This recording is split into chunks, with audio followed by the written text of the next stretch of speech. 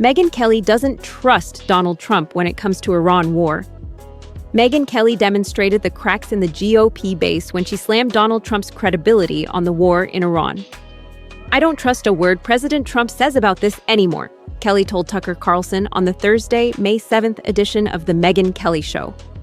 "He's told us 31 times that the Iran war is over. Okay," she said, only to then tweet about how we're going to bomb them into oblivion. President Trump has boasted about the war in Iran coming to an imminent end for weeks, but the conflict has dragged on for over 2 months. Most recently, Trump said on Thursday, May 7th, that a ceasefire between the U.S. and Iran is still in place, after an exchange of fire in the Strait of Hormuz. There are currently talks of a peace proposal being negotiated between Tehran and Washington, and the United States has expressed optimism that it will end the conflict.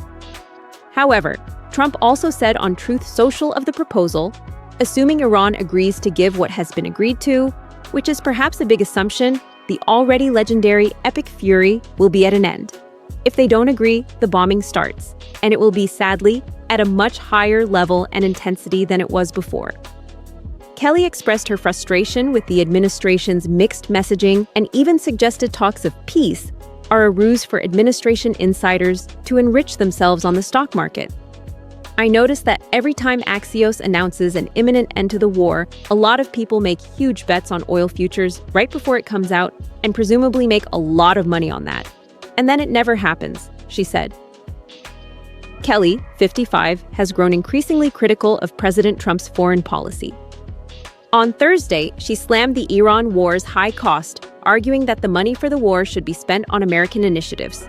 Speaking on Obamacare subsidies, Kelly said, "The argument by the Democrats was, we need like some $25 billion in subsidies in order to keep this going. The government said, are you crazy? We can't afford that. Guess what we just spent a minimum on this Iran war?" she continued. "The price tag was $2 billion. Of course, it's much more than that, but that's what the Pentagon's willing to admit. So we've spent it on Iran, but we wouldn't spend it on our own people to save them the pain from this bill that was shoved down their throats by Barack Obama."